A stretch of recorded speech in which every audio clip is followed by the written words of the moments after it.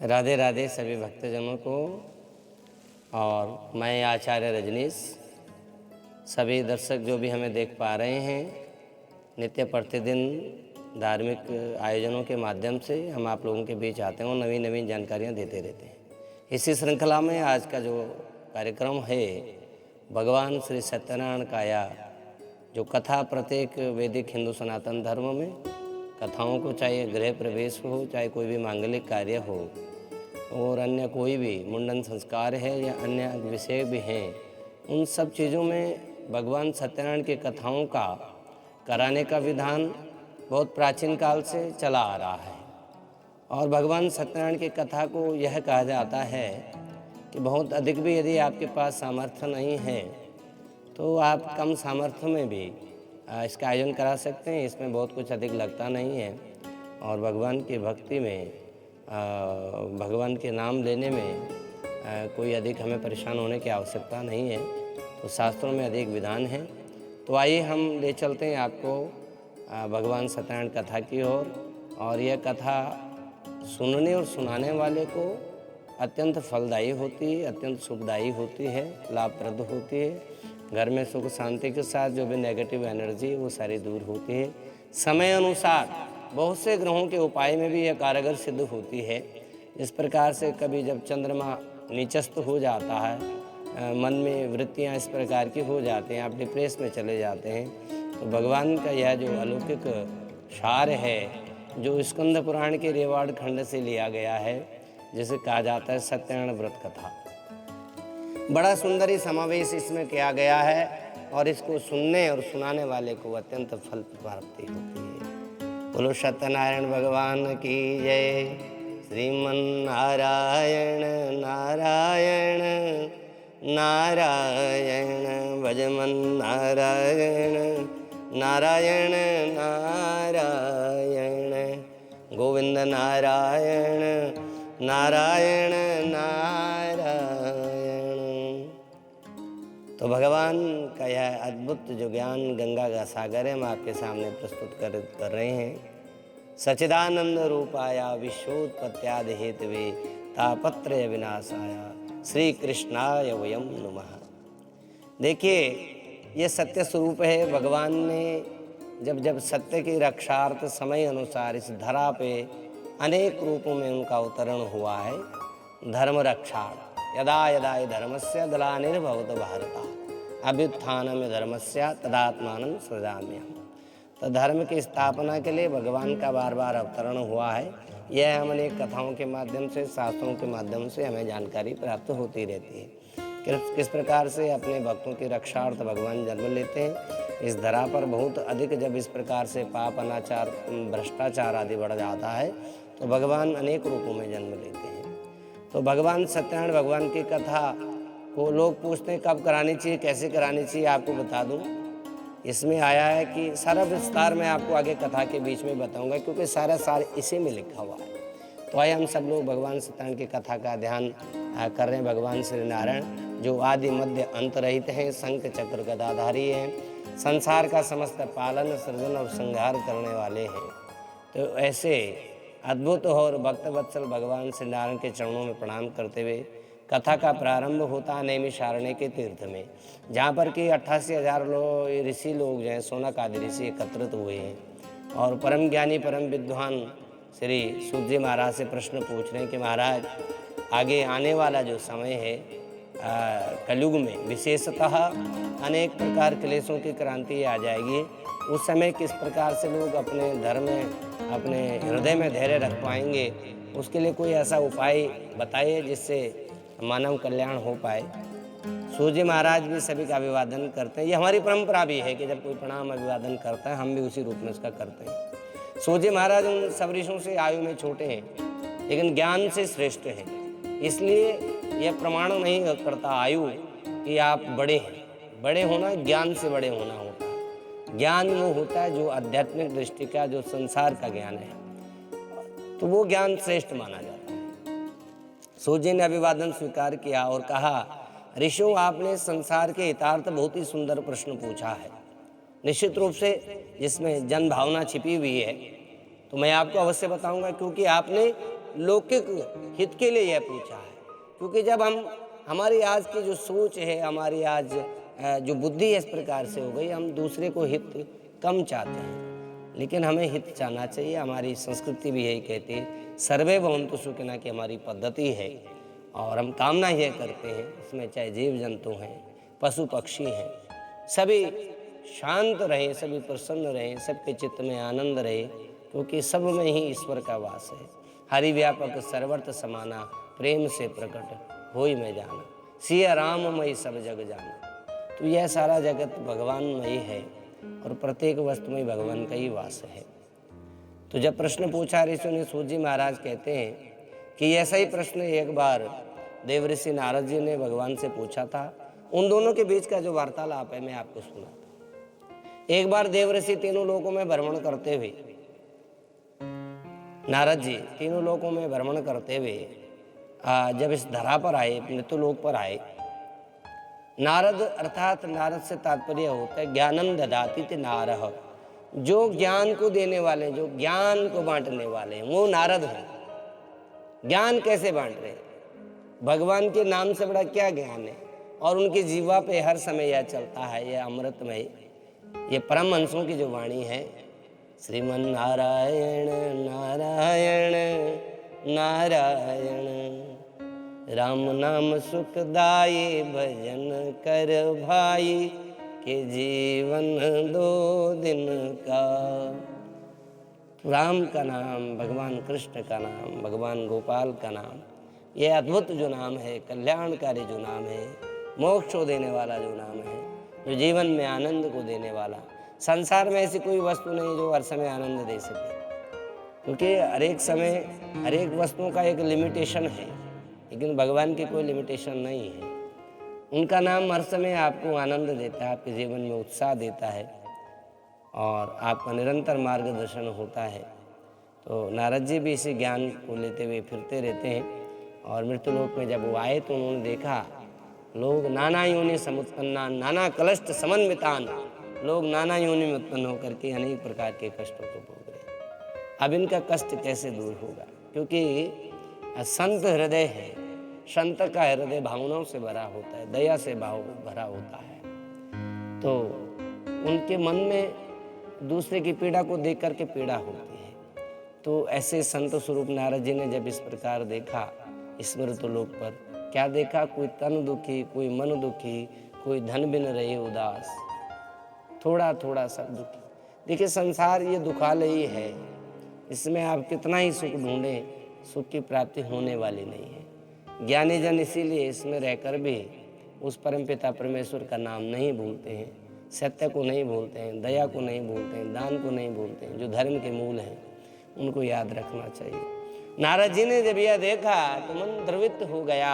और जब आपका मन भी द्रवित हो जाए, आप भी परेशान हो जाए, तो शास्त्र क्या कह रहे हैं? कथा में वर्णन आया है, नारद इति संचिता मनसा, मन में यह विचार किया कि क्या हो रहा है, कैसा करना चाहिए। विष्णु लोक गतस्तदा, अब चले गए सीधा भगवान के लोक में और वहाँ भगवान की स्तुति करने लगे, प्रार्थना करने लगे। कस्तूरी तिलकम ललाट पटले, वक्षस्थले कौस्तुभम, नासाग्रे बरमोक्तकमं, करतले वेणु करे कंकणम, सर्वांगे हरिचंदनम सुललितां, कंठे च मुक्तां बलिं, गोपस्त्री परविष्टितो विजयते, गोपाल चूड़ामणिम।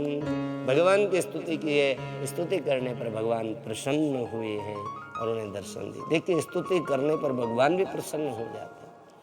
जीवन में हम भी जब दूसरे को प्रशंसा देते हैं, दूसरे को सम्मान देते हैं, दूसरे को अपने व्यवहार से प्रसन्नता देते हैं, ये बड़ी बात है। संसार में रहने का यह सबसे बड़ा कारण है। अपनी प्रशंसा चाहते हैं तो दुख पाओगे, दूसरे को प्रशंसा दोगे, दूसरे को सम्मान दोगे तो सुख पाओगे। अब देखिए नारद जी ने सम्मान दिया, प्रशंसा की, भगवान का प्राकट्य हो गया।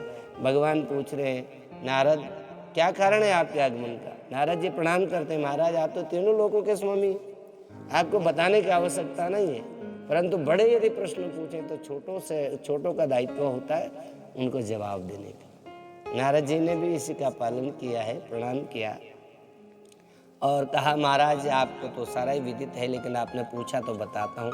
तीनों लोकों में भ्रमण करते हुए जब मृत्यु लोक पर आया हूँ तो मैंने देखा लोग अनेक नाना योनि समुत्पन्ना नाना कलष्ट समन्विता, लोग नाना योनि में उत्पन्न होकर के अनेक प्रकार के कष्टों को भोग रहे हैं। कैसे उनका कष्ट होगा, मन बड़ा द्रवित हो गया, परेशान हो गया हूँ। क्या करना चाहिए, कोई उपाय बताएं सूक्ष्म रूप से जिनसे इनका कल्याण। भगवान कहते हैं नारद आप साक्षात साधु हैं। साधु जिसके अंदर साधुता है, जिसके अंदर सज्जनता है, जिसके अंदर प्रेम है, जिसके अंदर संवेदनाएं हैं। भगवान कहते हैं नारद आप साक्षात साधु हैं, दूसरे के हित की कामना करते हैं। तो अवश्य आपको बताता हूँ, स्वर्ग और मृत्यु लोक में एक अत्यंत दुर्लभ व्रत है। जो भी मानव अपना कल्याण चाहता है उस व्रत को विधिवत यदि करे तो उसका जीवन धन्य हो जाएगा। नारद कहते हैं महाराज हम तो अज्ञानी लोग हैं। किम फलम किम विधानम के नैव तद व्रतम, इस व्रत का क्या फल है, क्या विधान है, कैसा होना चाहिए। भगवान कहते हैं आपने बड़ा ही अच्छा प्रश्न कहा है कि किम फलम किम विधानम, क्या फल है, क्या विधान है, कैसा करना चाहिए। भगवान के मुख के स्वयं के वाक्य हैं, यस्मिन कस्मिन दिने मृत्युर्भक्ति श्रद्धा समन्विता। मेरे नाम लेने का कोई दिन सुनिश्चित नहीं है, कोई स्थान सुनिश्चित नहीं है। यस्मिन कस्मिन दिने, जिस किसी दिन में भी आपके मन की कंडीशन है उसके लिए, आपके मन में भक्ति हो, आपके आचरण में पवित्रता हो, आप भगवान के लिए रो रहे हो, भगवान का स्मरण कर रहे हो, बिना रुके इस कथा का आयोजन करा दें।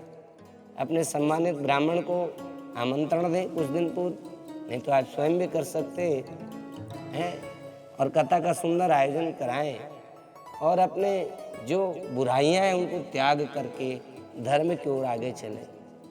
पाप और धर्म दोनों साथ साथ नहीं चलेगा। जो व्याधियां हैं उन व्याधियों को त्यागना पड़ेगा। जो आपके अंदर अहम का भाव है, अहंकार का भाव है, छोड़ना पड़ेगा। आपको अपने जीवन में पवित्रता रखनी पड़ेगी, आपको अपने जीवन में सहजता सरलता रखनी पड़ेगी, आपको अपने जीवन में व्यवहार कुशलता रखनी पड़ेगी। ये कंडीशन है, कोई धन की कंडीशन नहीं है, केवल अपने कैरेक्टर से, अपने चरित्र से संबंधित ही चीज़ें हैं। उनको दूर करेंगे, भगवान का साक्षात्कार हो जाएगा। आपके जीवन में नकारात्मक ऊर्जा का भाव नहीं रहेगा, सकारात्मक ऊर्जा का संचार होगा। आप निरंतर उन्नति प्रगति की ओर अग्रसर हो। तो जैसे पाप करने का हम लोग समय नहीं देखते हैं, तो भगवान का नाम लेने का क्या समय देखना चाहिए। पाप कभी भी कर लेते हैं, सुबह शाम दिन रात। तो यस्मिन कस्मिन दिने मृत्यु और भक्ति श्रद्धा समन्विता हो, आपके मन में भक्ति हो, भाव हो, श्रद्धा हो, तो आयोजन कराएं और समस्त लोगों को आप बुलाएं, एकत्रित करें। और जब आप इस प्रकार का भाव रखते हैं और सभी लोगों को सम्मान प्रदान करते हैं, भगवान का प्रसाद सभी को दें। प्रसाद प परमात्मा, स साक्षात, द दर्शन। तो भगवान का जो साक्षात दर्शन है वो प्रसाद रूपी वो जो अमृत है उसमें भगवान का साक्षात्कार प्राप्त होता है। जो लोग उस आयोजन में सम्मिलित भी नहीं हो पाते हैं, वो प्रसाद जहाँ जहाँ तक पहुँचता है तो उस प्रसाद के माध्यम से उन्हें भी भगवान का वहाँ सानिध्य प्राप्त होता, आशीष प्राप्त होता। कथा समाप्ति पर सभी लोग प्रसाद ग्रहण करें, सभी को सम्मान दें और कथा के बीच बैठ कर के देखिए, श्रोता की भी अपनी क्वालिटी होनी चाहिए। सुनना संसार में बहुत बड़ा धैर्य है। जो सुन नहीं सकता है वो व्यक्ति कुछ ज्ञान प्राप्त नहीं कर सकता। सुनने की आदत डालनी चाहिए जीवन। बोलना तो बहुत कुछ आता है, लेकिन मौन सर्वदा उचित है, लेकिन सुनना सर्वोत्तम है। किसी की बातों को सुनना, बड़े बुजुर्गों की बातों को सुनना, माता पिता की बातों को सुनना, गुरुजनों की बातों को सुनना, वो श्रेष्ठ है। कम बोलते हुए अधिक सुनने का हमें प्रयास करना चाहिए। भगवान की भक्ति का पहला कारण ये भी है। सारा विधान जब बताया तो जो 88,000 ऋषि हैं वो कह रहे भगवान ये तो बड़ा अच्छा सुंदर प्रसंग आपने सुनाया, सूत जी महाराज को कह रहे। अब आप ये बताएं कि सर्वप्रथम इस व्रत को किसने किया, उसे किस फल की प्राप्ति हुई। सूत जी महाराज कहते हैं सर्वप्रथम इस व्रत को सतानंद नाम के एक ब्राह्मण ने किया था, जो अपने जीवन में कहीं न कहीं बुराइयों को एकत्रित करके अत्यंत दुख को अनुभव कर रहा था, दरिद्रता के रूप में अपने जीवन यापन कर रहा था।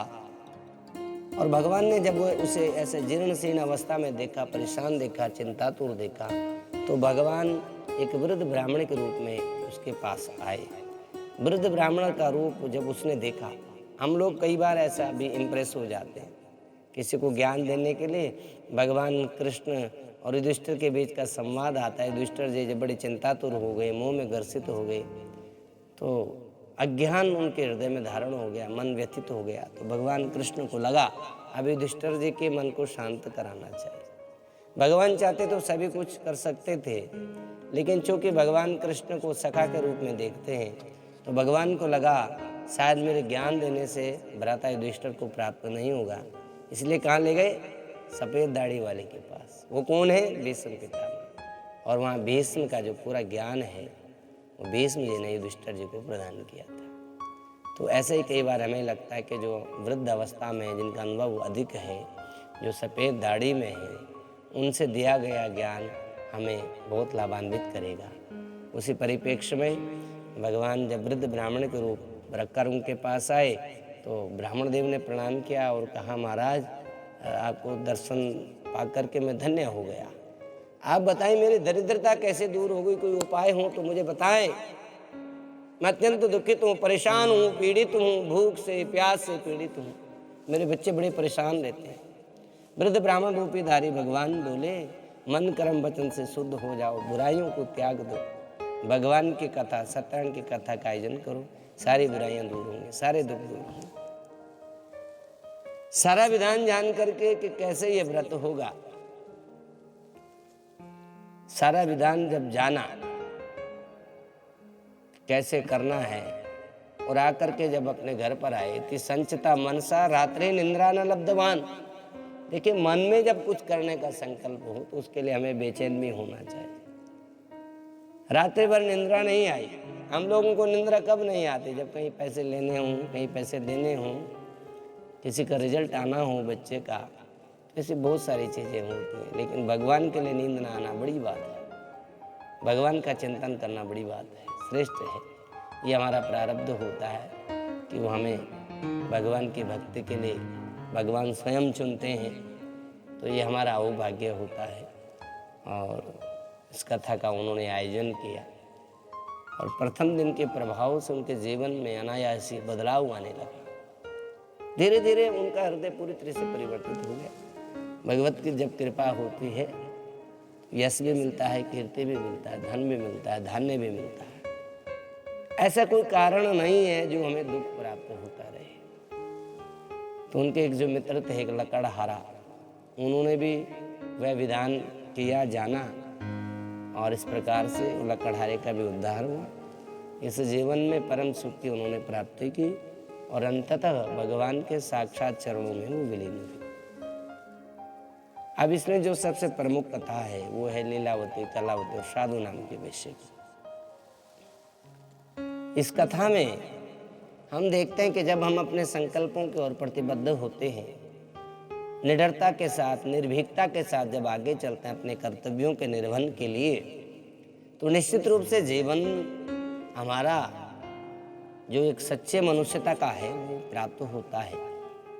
मनुष्य होना सरल है, लेकिन मनुष्यता तो प्राप्त करनी पड़ती है। कठिन साधना है, तप है, त्याग है, तपस्या है। केवल जीवन इसका नाम नहीं है कि खाया पिया और सो गए हैं।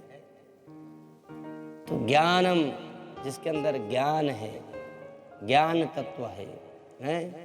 ज्ञानवान मानव प्रोक्त ज्ञानहीन पशु स्मृता।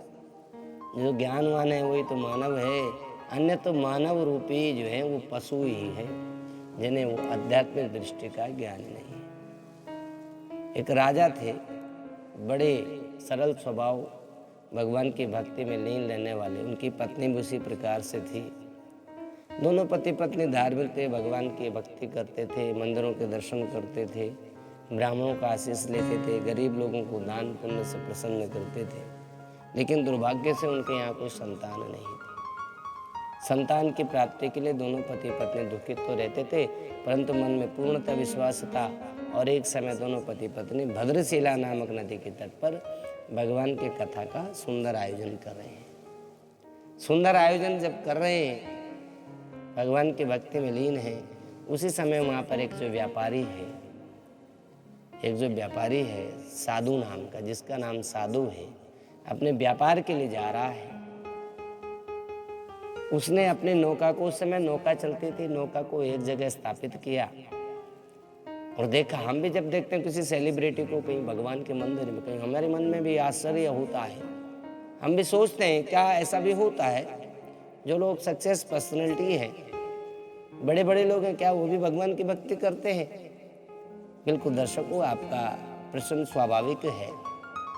भगवान की भक्ति के लिए, भगवान के लिए सब समान है, हम सब उनके बच्चे हैं और ये हमारा कर्म है, भगवत कृपा है कि हमें कोई बड़ा पद प्रतिष्ठा प्राप्त हो गई है। इसमें हमारा कुछ नहीं है। हमें लगता है ऐसा कई बार, देह अभिमान भी हो जाता है, धन अभिमान भी हो जाता है, बुद्धि अभिमान भी हो जाता है, लेकिन तो भगवत कृपा है कि चारों ओर हमारी जय और विजय हो रही है, हमें यश मिल रहा है, हमें कीर्ति मिल रही है, हमें प्रतिष्ठा मिल रही है। तो भगवत कृपा है, जब प्राप्ति होती है तो जीवन बदल जाता है। अब भगवत प्राप्ति के लिए हमें प्रयासरत रहना चाहिए। इसके कथा के माध्यम से बहुत ही अच्छा बताया गया है। तो वहां पर नौका स्थापित कर प्रणाम किया राजा को जाकर के, महाराज भक्त युक्त होकर आप क्या कर रहे हैं? इसे करने से किस फल की प्राप्ति होती है? राजन बोले, साधु हम भगवान का अतुल तेजस्वी व्रत कर रहे हैं। मम संतति नास्ति, मेरे कुछ संतान नहीं है और संतान की प्राप्ति है तो मैं प्रार्थना कर। कोई भी समस्या ऐसी नहीं है जो भगवत कृपा अगर आपके ऊपर है तो रह जाए, शेष नहीं रहेगी, समस्याएं खत्म हो जाएंगे। धर्मेण हन्येत व्याधि, धर्मेण हन्येत ग्रह, धर्मेण हन्येत शत्रु, यतो धर्मा ततो जय। ये सार है धर्मों का, शास्त्रों का, वेद पुराणों का। जब आप धर्म मार्ग पर चलेंगे तो दुख निश्चित रूप से दूर हो जाएगा। दुख नहीं रहेगा जीवन में, दुख की अनुभूति नहीं होगी, सुख की अनुभूति होगी हमेशा। इसलिए भक्तजनों, भगवान का जो नाम है वो श्रेष्ठ है जीवन। उसने पूछा, महाराज आप यह कर रहे हैं, इसे करने से क्या होता है? उन्होंने कहा, भाई मेरी कोई संतान नहीं है, संतान प्राप्ति है तो प्रयास कर रहा हूँ, और ये इसमें सबसे बड़ा मार्ग है ज्ञान का। तो साधु की कोई संतान नहीं, तो घर आया, सारा विधान जाना और अपनी पत्नी लीलावती से संतति देने वाले उस व्रत के विषय में चर्चा की और भगवान से प्रार्थना की कि यदि मेरे यहाँ कोई संतति होगी तो इन व्रतों की पालना में अवश्य करूँगा। कंडीशन लगा दी है पहले, लेकिन भगवान सब जानते हैं। भगवान प्रसन्न हुए, कुछ समय पश्चात उसकी पत्नी गर्भवती हो गई और भगवान की अद्भुत कृपा है और 10वें मास में उसने एक सुंदर कन्या को जन्म भी दे दिया। जन्म दे दिया। अब कन्या दिनों दिन भगवत कृपा से उत्पन्न हुई है तो दिनों दिन इस प्रकार से बढ़ रही, जिस प्रकार से शुक्ल पक्ष का चंद्रमा बढ़ा करता है।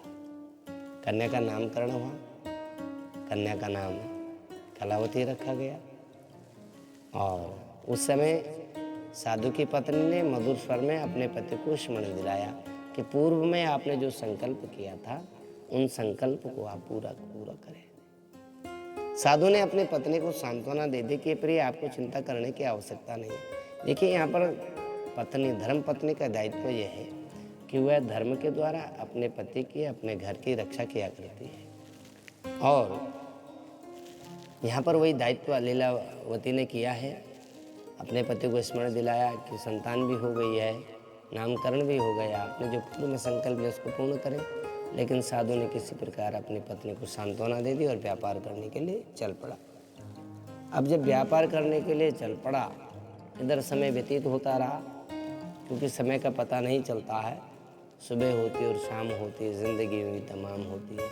ये जीवन ऐसे ही चला जाता है और हमें पता ही नहीं लगता कि कब समय चला गया है और धर्म के कार्य पीछे छूट जाते हैं। हमें प्रयास करना चाहिए शीघ्रतापूर्वक, पूरी एनर्जी के साथ पूरी पॉजिटिविटी के साथ उनको पूर्ण करने का। कहीं कभी कुछ बोला होता है कई बार, ये अंधविश्वास नहीं है, विश्वास है। कार्य भी होता है, हम कहीं के लिए कुछ बोल देते हैं, हमारा कार्य सिद्ध हो जाता है, क्योंकि हमारी आस्था है, हमारी श्रद्धा है, हमारा विश्वास है। भवानी शंकरो वंदे श्रद्धा विश्वास रूपिणो याभ्याम बिना न पश्यन्ते सिद्धा शांतस्तमेषु। तो श्रद्धा और विश्वास भवानी शंकर नाम के दो देवता हैं। इसलिए ऐसा नहीं है, आपका बिलीव ही आपको फल देता है, आपकी रक्षा करता है।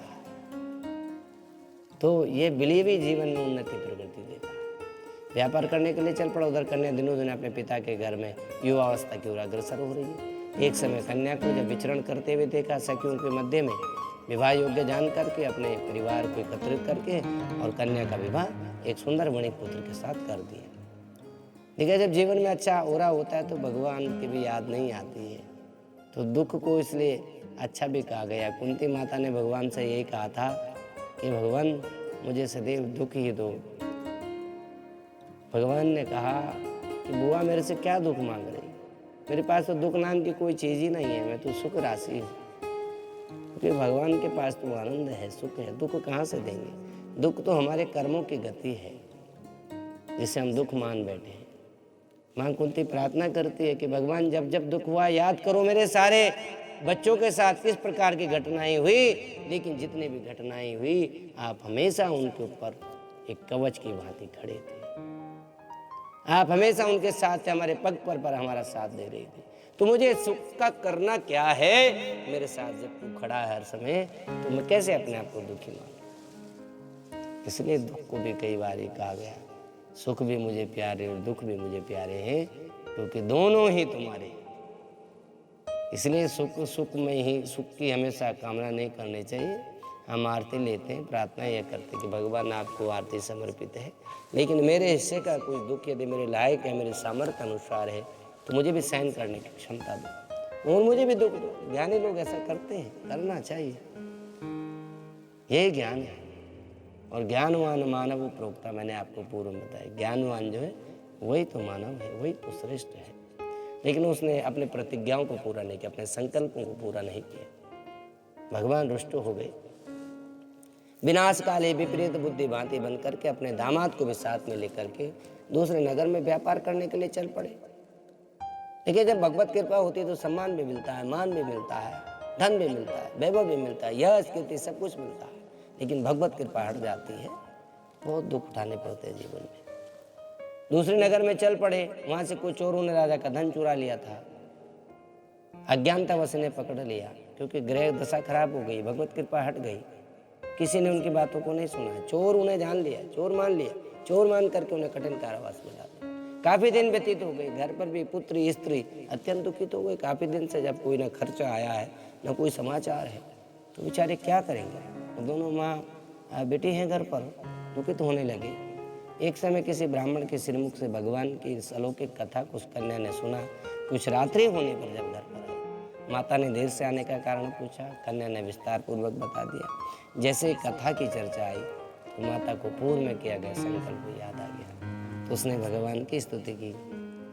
तुमेव माता च पिता तुमेव, तुमेव बंधु च सखा तुमेव, तुमेव वेद्या च द्रविणं तुमेव, तुमेव सर्वं मम देव देवा।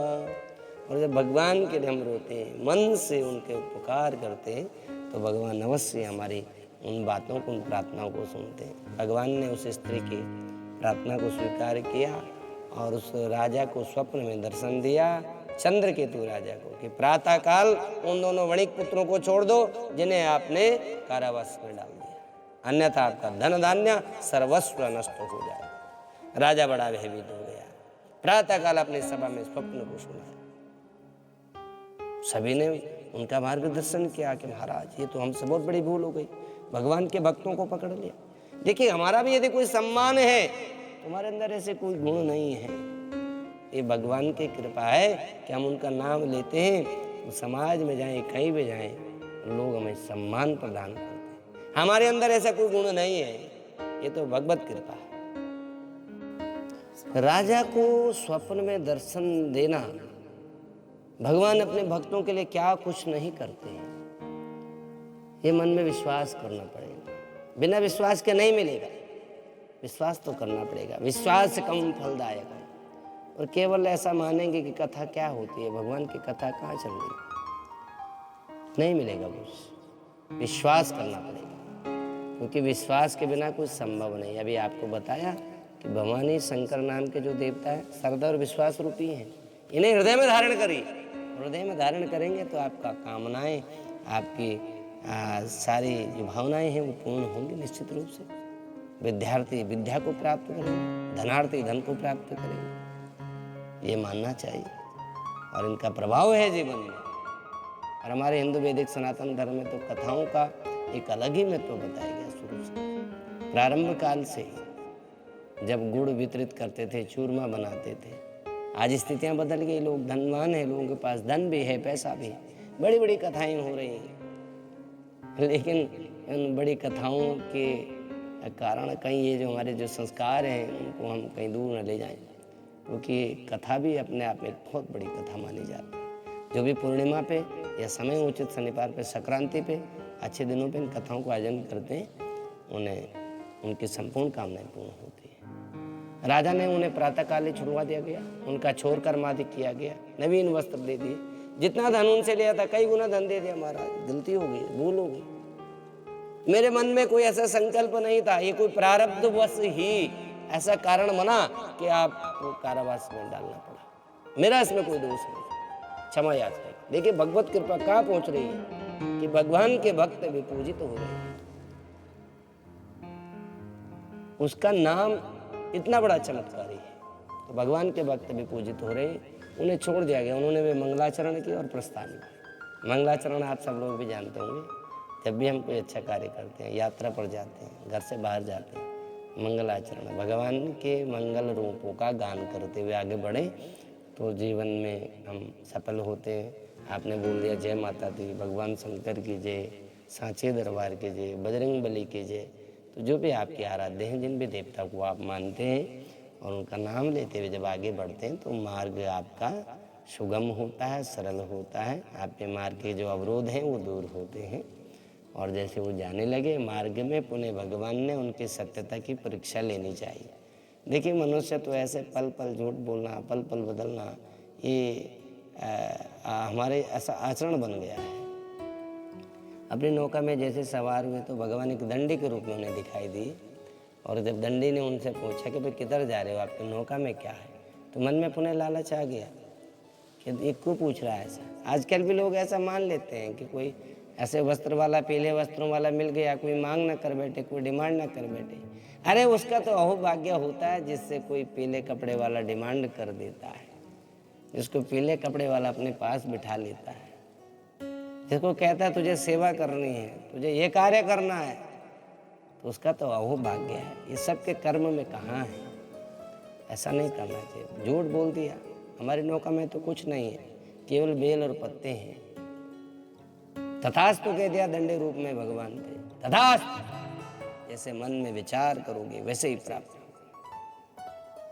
जीवन में यदि ये सोच लिया किसी को देने की प्रवृत्ति बनानी है तो भगवान ने ऐसा ही आपको बना देगा। और यदि मानसिकता ऐसी बना दी कि लेने की प्रवृत्ति बना दी तो आपको ऐसा ही प्राप्त होगा। ये हमारी सोच पर डिपेंड करता है हमको किधर जाना है, हम उन मानवीय मूल्यों की रक्षा कर पा रहे हैं या नहीं कर पा रहे हैं, या केवल ये दुर्लभ देह प्राप्त करके भी हम क्या कर रहे हैं, क्या कर रहे हैं। पशु वृत्ति हो गई, ऐसा न विद्या न तपो न दानम न ज्ञानम न शीलम न गुणो न धर्मम ते मृत्यु लोका भूमि बार भूता मनुष्य रूपेण स मृगा सरंती। तो ये जो वृत्ति है इसको बदलना पड़ेगा। फिर से दुखी होने लगी, रोने लगी, ये मानवीय स्वभाव है, रोने लग जाता है, दुख प्राप्त होता है। पुकारने लगे, भगवान करुणामय पुकार सुनते प्रसन्न हुए, उनका जो धन था उन्हें दे दिया। तथास्तु कहते चल पड़े। उन्होंने भगवान का धन्यवाद किया, अपने नगर की ओर चल पड़े। जैसे नगर के निकट आए, अपने धन के रक्षक दूत को कहा कि हमारे आगमन का समाचार हमारे घर पर दो। धन का रक्षक जो दूत था वो घर पर गया, वहाँ पर जो साधु की स्त्री है लीलावती, पुत्री है कलावती, दोनों भगवान के भजन में लीन है, कीर्तन कर रहे हैं, भगवान की कथा कर रहे हैं। यहाँ ये संदेश आया, जब भी आप भगवान का भजन कीर्तन घर में पूजन पाठ करें, उनके लिए समय निकालें, उस समय को बाधित न करें। कहीं आप कहीं पुस्तक पढ़ रहे हैं, कोई ज्ञान गंगा पढ़ रहे हैं, कोई ग्रंथ पढ़ रहे हैं, बीच में छोड़ करके कभी उधर जा रहे हैं, कभी उधर जा रहे हैं, उतना समय रखिए। मोबाइल जो आजकल हमारी सबसे बड़ी आफत हो गई है, राहु का साक्षात कारण है, उसको बंद रखें। जो भी समय आपको देना है पूजा पाठ, कहीं मंदिर जाएं, आचरण पवित्र रखते हुए, और सौंदर्य अनुभूति होनी चाहिए। मंदिर में किस प्रकार के वस्त्रों को हमने पहनना है, कैसा आचरण करना है, ये बात ध्यान रखने योग्य है। कई बार भी हम लोग चले जाते हैं, कभी हाफ वस्त्र पहने होते हैं, कोई सिर नहीं ढका होता। इन चीज़ों का विशेष ध्यान रखें कि हम जहाँ पर भी जाएं उसकी एक मर्यादा है, उस स्थान की मर्यादा को मेंटेन करें, बना के रखें। अपने वस्त्र से, अपने आचरण से, अपने व्यवहार से उस स्थान को खराब करने का प्रयास नहीं करें। अपने धर्म को नीचे गिराने का नहीं, ऊपर उठाने के लिए हमें तत्पर रहना चाहिए, तत्पर रहना चाहिए हमेशा। इसमें कोई भूल चूक नहीं होनी चाहिए। तो दूत जब घर पर आया, दोनों पूजा कर रहे थे, दूत ने समाचार दिया, प्रणाम किया कि साधु दामाद सहित बहुत से धन लेकर के नगर के निकट आ गए। तो जैसे ही समाचार सुना, साधु की स्त्री से रहा न गया पति के आगमन को देखते हुए, और वो बेचैन हो गई। भगवान की भक्ति में मन नहीं लग रहा है। अपनी पुत्री को कहा, आप कथा को पूर्ण करो, प्रसाद ग्रहण करो, मैं पति के दर्शन करूँ। और बड़ी तेजी के साथ भाग गई पति के दर्शन करके। माता का ऐसा आचरण देखकर, देखिए आज संस्कार भी हम अपने बड़ों से हमें प्राप्त होते हैं। बड़ा यदि कोई गलत कर रहा है छोटों के सामने, ये स्वीकार्य नहीं है। आप कोई भी बुराई वाला काम अपने बच्चों के सामने, अपने छोटे अनुजों के सामने नहीं करें, और ताकि उनमें यह संदेश न जाए कि कोई गलत हो रहा है। तो माता कैसा आचरण देख करके पुत्री से भी न रहा गया, उसने भी प्रसाद को वहीं विराम दे दिया, भगवान की कथा को, वो भी पति के दर्शन को चल पड़ी। और जैसे वो गई, भगवान भी परीक्षा लेते रहते हैं। यथा चतुर्भी कनकम परीक्षित, यथा चतुर्भी मनुष्यम परीक्षित। भगवान देखते हैं कहाँ तक क्या करता है। तो जैसे गए तो भगवत कृपा थी, वो जो कन्या का पति था, भगवान ने पानी में अदृश्य कर दिया। जब अदृश्य कर दिया, उसके दर्शन नहीं हुए, तो रोना चिल्लाना प्रारंभ हो गया। ये मानसिक वृत्ति है। थोड़ा सा दुख मिला नहीं कि चिल्लाने लगे, रोने लगे। जब सुख था तब उस ईश्वर को याद नहीं किया, उसको स्मरण नहीं किया, और दुख आ गया तो पागल बन गए हैं, पुकारने लगे और बार बार विचार कर रहे हैं, भगवान हमसे तो कोई भूल नहीं, हमसे तो कोई गलती नहीं, हमसे तो कोई त्रुटि नहीं हुई। जब तक कोई त्रुटि नहीं होती तब तक भगवान दंड भी नहीं देते। त्रुटि तो हुई है, लेकिन उस त्रुटि को स्वीकार करना सीखें, बुराइयों को त्यागने का प्रयास करें। बार बार जब रुदन करने लगे, उसी समय आकाशवाणी हुई कि साधु, ये कन्या ने प्रसाद का परित्याग किया है, उसी स्थान पर जाकर के प्रसाद ग्रहण करे तो इसे इसका पति अवश्य प्राप्त हो जाए। भगवान करुणामय है, क्षमा कर देते। उस स्थान पर जाकर के उस कथा को पूर्ण किया, उसे उसका पति प्राप्त हो गया। समय अनुसार पूर्णिमा पे, संक्रांति पे, इन कथाओं के आयोजन के माध्यम से उन्हें दिव्य ज्ञान की प्राप्ति हुई। इस जीवन में संपूर्ण सुखों को भोगते हुए अंततः भगवान के शाश्वत धाम को प्राप्त किया। बोलो सत्यनारायण भगवान की जय। भगवान जो सत्य है, सत्य में ही नारायण है। जिसके घर में सत्य का आचरण होता है, जिसमें भगवान का भजन होता है, जिसमें यह प्रधानता रखी गई है, उस घर में नारायण साक्षात वास करते हैं। और जहाँ नारायण होते हैं तो वहाँ लक्ष्मी का वास तो स्वतः ही रहता है। तो इसलिए हमें ये डिसाइड करना पड़ेगा कि हमें क्या करना है, ये सोचना पड़ेगा। केवल बड़ी बड़ी बातें करने से जीवन में लाभ प्राप्त नहीं होगा। लाभ आपकी दृष्टि में क्या है? देखिए, ये सब भगवत हाथ में होता है। भगवान कृष्ण ने जब अर्जुन को ज्ञान दिया था, कहा था अर्जुन तुझे कर्म करना है, कर्मण्येवाधिकारस्ते मा फलेषु कदाचन, फल की इच्छा त्याग दे। वो मैं देखूंगा, जो सुप्रीम कोर्ट है वो देखेगा। एक को सजा करने पर भी दंड नहीं मिलता, एक को अपराध करने पर भी दंड नहीं मिलता, और एक बिना अपराध के भी दंड को प्राप्त। क्या कारण है? ये सुप्रीम कोर्ट के हाथ में, सुपर पावर के हाथ में, होश के हाथ में, सुप्रीम पावर के हाथ में। इसलिए भगवान कहते हैं अपने कर्म को सत्कर्म की ओर ले जाने का प्रयास कर, किसको क्या मिलना है ये वहाँ से मिलेगा। हम डिसाइड नहीं करेंगे कि हमें इतना लाभ होना चाहिए। देखिए जीवन में सब लोग लाभ के लिए काम करते हैं, लेकिन लाभ के लिए काम करने पर भी कभी कभी हानि हो जाती है ना। कारण क्या होता है उसका? हम तो सब लोग प्रयास भी कर रहे हैं, मेहनत भी कर रहे हैं, लेकिन लाभ होना चाहिए तो हानि होगी। तो लाभ हानि, जीवन मरण, सुख दुख सब विधि हाथ, ये विधाता के हाथ में है, परमात्मा के हाथ में। हमारा काम है अपने कर्म को सत्कर्म को ले जाने का प्रयास करना, और किसी भी माध्यम से हो सत्कर्म की ओर जुड़ने का हमें प्रयास करना चाहिए। तो जब हम ऐसा करेंगे तो जीवन सौहार्दपूर्ण होगा, जीवन शांति से साथ गुजरेगा, जीवन आनंद के साथ गुजरेगा, जीवन उत्साह के साथ गुजरेगा। इसलिए चीज़ें ध्यान रखनी चाहिए। एक राजा थे, उन्हें भी अत्यंत कष्ट हुआ।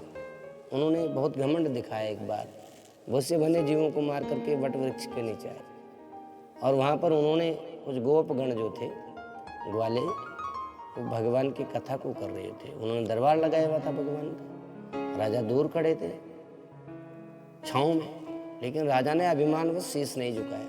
ये हमारा धर्म कहता है। हमारे कहीं पर भी मंदिर है, धार्मिक स्थान है, वहाँ पर स्वाभाविक ही शीश झुक जाता है। ये हमारे कर्म में है, हमारे संस्कारों में है। कोई संत के ड्रेस में है, कैसा भी है, शीश झुक जाता है श्रद्धा से गुरुजनों के आगे, ऋषियों के आगे, मुनियों के आगे। तो हमारे संस्कार हैं, उन संस्कार को जीवित रखना है। ये धर्म है, यही परंपरा है। राजा ने उसके विपरीत किया आचरण, शीश नहीं झुकाया। जब गोपगण प्रसाद लेके आए, उस प्रसाद को भी ग्रहण नहीं किया। जब घर पर आया तो देखा कि अतस्य सतपुत्रम च नष्ट धन धान्य कम चाहिए था।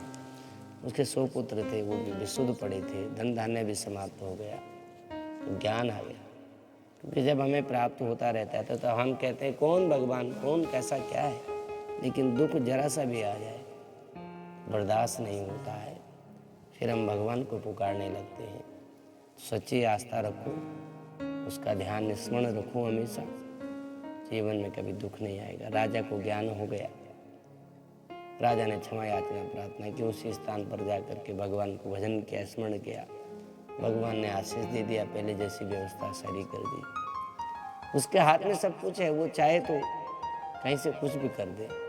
इसलिए ये थोड़ा सा बदलने की आवश्यकता है कि मेरे करने से ऐसा हो गया, मेरे करने से नहीं, भगवत कृपा। मेरा काम कर्म करना अवश्य है, लेकिन उसका क्या फल मिलना है वो परमात्मा डिसाइड करते हैं। तो ये जो अलौकिक कथा है रेवाड़ खंड के स्कंद पुराण से ली गई है, सत्यनारायण व्रत कथा के विषय में, और इसको विस्तारित किया जा सकता है और भी बड़ा किया जा सकता है, और अनेक रूपों में प्रस्तुत किया जा सकता है। हरि अनंत, हरि कथा अनंता। भगवान की कथाएं अनंत हैं, भगवान के नाम अनंत हैं, और उन्हें शब्द में पिरोए नहीं जा सकता। और हजारों मुख से भी यदि भगवान की प्रशंसा करेंगे तो नहीं हो सकती। हमारा लेवल इतना बड़ा नहीं है कि हम उसकी चर्चा कर पाएँ, लेकिन यदि उसकी कृपा के द्वारा ही कुछ बोल पाते हैं, किसी का कोई मार्गदर्शन हो जाता है, या किसी को हमारी बातों से लाभ पहुंचता है, या कोई भी बात आपको अच्छी लगी हो, तो इसे ज़रूर स्वीकार करें, अपने जीवन में उसका अनुपालन करने का प्रयास करें। क्योंकि ये बताया गया कि जीवन में जब भी हम अपने कर्तव्य को आगे जाते हैं, निर्भीकता के साथ जाएं। ऐसा नहीं कि मेरे पास पैसा नहीं है, धन नहीं है, ऐसा कुछ है। मेरा कार्य है कर्म करना। ये थोड़ा सा बदल दें कि मैंने किया है, या श्रेय लेने का प्रयास भी छोड़ दें। जीवन में जब भी श्रेय लेने का प्रयास करेंगे, जब भी प्रशंसा लेने का प्रयास करेंगे, जब भी सम्मान पाने का प्रयास करेंगे तो प्राप्त होगा नहीं। दूसरे को सम्मान देना, दूसरे की प्रशंसा करना जीवन में सीखे, यही हमारे धर्म ग्रंथों का सार है। किसी को अपमान करने का प्रयास न करें, जीव जंतु पे दया करें, प्यार व्यवहार कुशलता रखें। और आजकल के विद्यार्थी भी जैसे इस प्रकार से दुख प्राप्त कर रहे हैं, डिप्रेस हो जाते हैं, परेशान हो जाते हैं। बहुत ज्ञान होने पर भी उन्हें लगता है हमारे पास कुछ है ही नहीं। लेकिन पहली जनरेशन में ऐसा नहीं था, उनके साथ कहीं ना कहीं धर्म जुड़ा हुआ था। आज कहीं ना कहीं उन धर्म से जब दूर जा रहे हैं युवा, तो कहीं ना कहीं हमें कष्ट प्राप्त होता है। हमें धर्म की ओर जुड़े रहना है, इन कथाओं के माध्यम से हो या अन्य और जो भी धार्मिक उपदेशक हैं चीज़ें, वो सब समय अनुसार हम आपको दिखाते रहेंगे और बताते रहेंगे। और कमेंट बॉक्स के माध्यम से आप सब दर्शक भी ज़रूर हमारा उत्साहवर्धन करेंगे, हमारे चैनल को सब्सक्राइबर भी करेंगे और हमें बताएंगे भी यदि कोई त्रुटि हम लोगों से रहती है तो उसके लिए बताएंगे भी। समय अनुसार धर्म से जुड़ी सारी जानकारियाँ आपको समय समय पर देते रहेंगे। और कभी भी जीवन में दुखित ना हो, चिंतित ना हो, परेशान ना हो। हरे नाम हरे नाम हरे नाम हरे नाम, हरे कृष्णा हरे कृष्णा हरे कृष्णा। यह चिंतन मनन दिन रात रहना चाहिए, रुकना नहीं चाहिए और हमारा कार्यक्रम भी नहीं रुकेगा, चलता रहेगा। हरे कृष्णा, जय श्री राधे, जय श्री।